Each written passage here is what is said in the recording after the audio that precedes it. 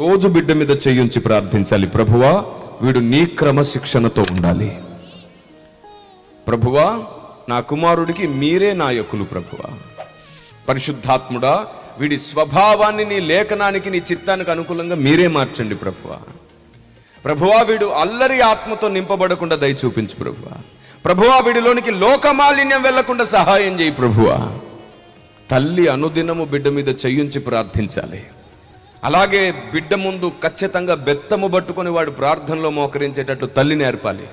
మీకు తెలుసా, ఈ భూమి మీద ఎవరైనా గొప్ప వాళ్ళు ఉన్నారు అంటే, ఎవరైనా యోధులు ఉన్నారంటే, ఎవరైనా గొప్ప భక్తులు అయ్యారంటే అది తల్లుల వల్లే అయ్యాడు. తండ్రుల వల్ల కాదు, తల్లుల వల్లే సాధ్యమైంది అది. ఆమేన్. సొలొమోను అంత మంచి శ్రేష్ఠుడైన భక్తుడై దేవుడు అడిగిన వెంటనే స్వార్థంగా గాక నిస్వార్థంగా అడిగాడు. చూశారు? ఎవరి వల్ల అనుకున్నారు? అది దావీదు వల్ల అనుకున్నారా? బెత్షెబా ఆవిడ గొప్ప బోధకురాలు, భక్తురాలు.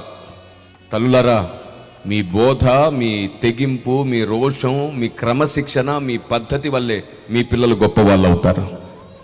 మీరు మీ పిల్లలకు నేర్పించడానికి ముందు మీరే మీ హృదయాన్ని ప్రతిష్ఠించుకోండి. మీ మనస్సు అనే నడుమును కట్టుకోండి.